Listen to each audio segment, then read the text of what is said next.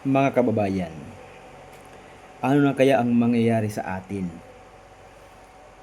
Ano kaya ang mangyayari sa bansa natin kung yung nagsisik ng justice, ng hustisya, Nagsisik. naghahanap ng hustisya, Kasi nagsisik. ay yun pang ikinukulong. Wala na tayong magagawa kung ganyan na talaga kagarapal ang gobyerno natin. 'Di ba? Kung sino yung nagsusulong para ah, para malaman at mahuli na kung sino talaga ang pinaka mastermind ng flood control project anomaly, ang pinakagarapal na korupsyon at pinakamalaking pandarambong sa Pilipinas, ay malaman natin kung sino ang pinaka mastermind, kung yun nga mismo, mga mahal na kababayan, na nangunguna para mahuli ang mga may sala, ang mga lupin ng gobyerno, ay yun pang ikinukulong. Nako, wala na. Wala nang mangyayari sa Pilipinas. Baon na tayo sa utang. Ubos na ang pundo. Inubos na nila. Ano na kaya? Sa kailan pa kaya tayo magigising sa katotohanan?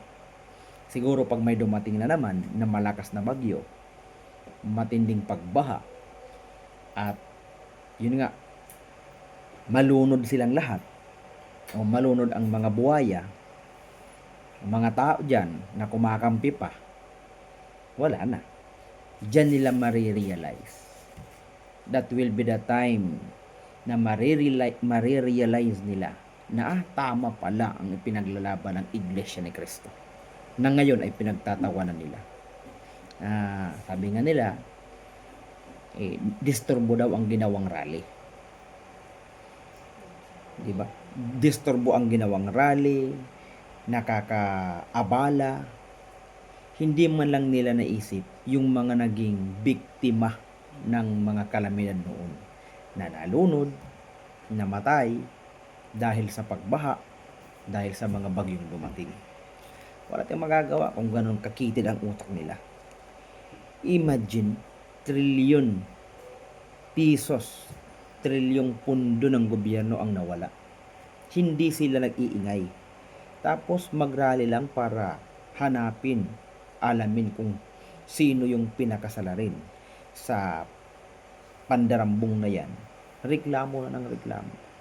Wala tayong magagawa kung ganyan ang mga Pilipino ngayon. Masyado na talagang garapalan. Hindi tayo magtataka na darating ang panahon, magiging ang bansa natin ay talagang poorest among the poorest country, kung ganon ang lagi ang ginagawa ng gobyerno natin, ng namamahala sa ating bansa. Wala tayong magagawa dyan kung ganyan sila. Di ba? Yung iba naman na mga kapwa natin Pilipino, ninakawan na, tuwang-tuwa pa. Hindi natin alam kung ano ang nasa utak nila. Di ba? Ninakawan ka na. Di ba? Kinakampihan mo pa. Wala tayong magagawa dyan. Kaya good luck na lang sa atin. Time will come. Time will come. Ika nga, regret comes last. Ang pagsisisi, laging nasa huli. Siguro pag dumating na yung sakuna na matinding sakuna, dyan na nila yan masasabi.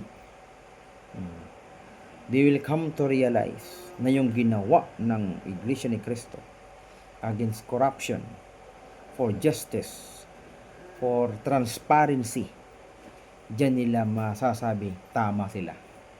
Di ba? Anong ginawa ngayon ng gobyerno?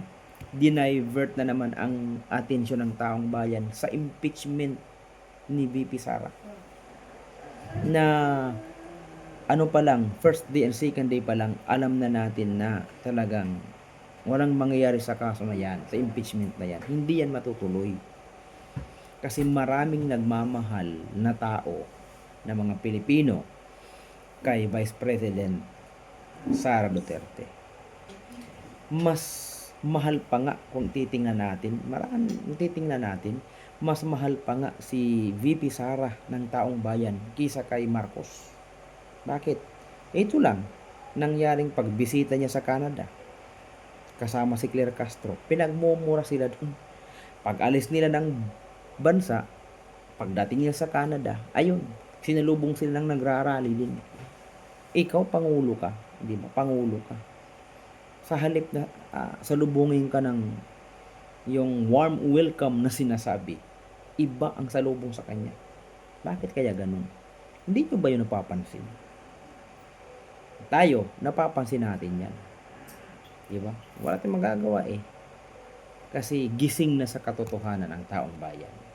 The more na sinisira nila, na gusto nilang sirain si VP Sara, the more na minamahal siya ng taong bayan.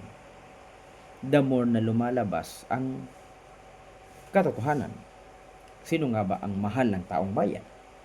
Si PBBM ba o si VP Sara? No, wala tayong magagawa. Kaya yung mga style nila na sa halip na pagtuunan ng pansin kung sino yung nagnakaw ng trilyon na pera sa pondo ng gobyerno, dinadivert na naman nila doon sa impeachment trial na yan, na paulit-ulit na lang na ginagawa, wala naman nangyayari. Sana nga may mangyari kung mapatunayan nila. Para nararamdaman natin, wala ring mangyayari. Useless. Diba? Pinagtatawanan tayo ng ibang bansa. Imagine, sila mismo nagbabangayan sa gobyerno. Nagsisiraan. Diba? Bakit? Kasi nga, may mga namiminuno, may mga tao sa gobyerno na namamahala na ang iniisip nila makakuha ng malaking salapi. Diba? Ang iniisip nilang sarili lang nila. Diba? Sabagay, ganyan talaga ang nangyayari sa mundo ngayon. Magiging maibigin sa salapi, gahaman ang tao. Sokdulang ipahamak ang kapwa nila, magkamalang ng napakalaking salapi. Yan, di ba? Gahaman. Wala tayong magagawa. Ganyan na talaga ang nangyayari sa mundo. So mga kaibigan, hanggang dito na lang muna. Good luck na lang sa atin. Sana bumuti pa ang bansa natin.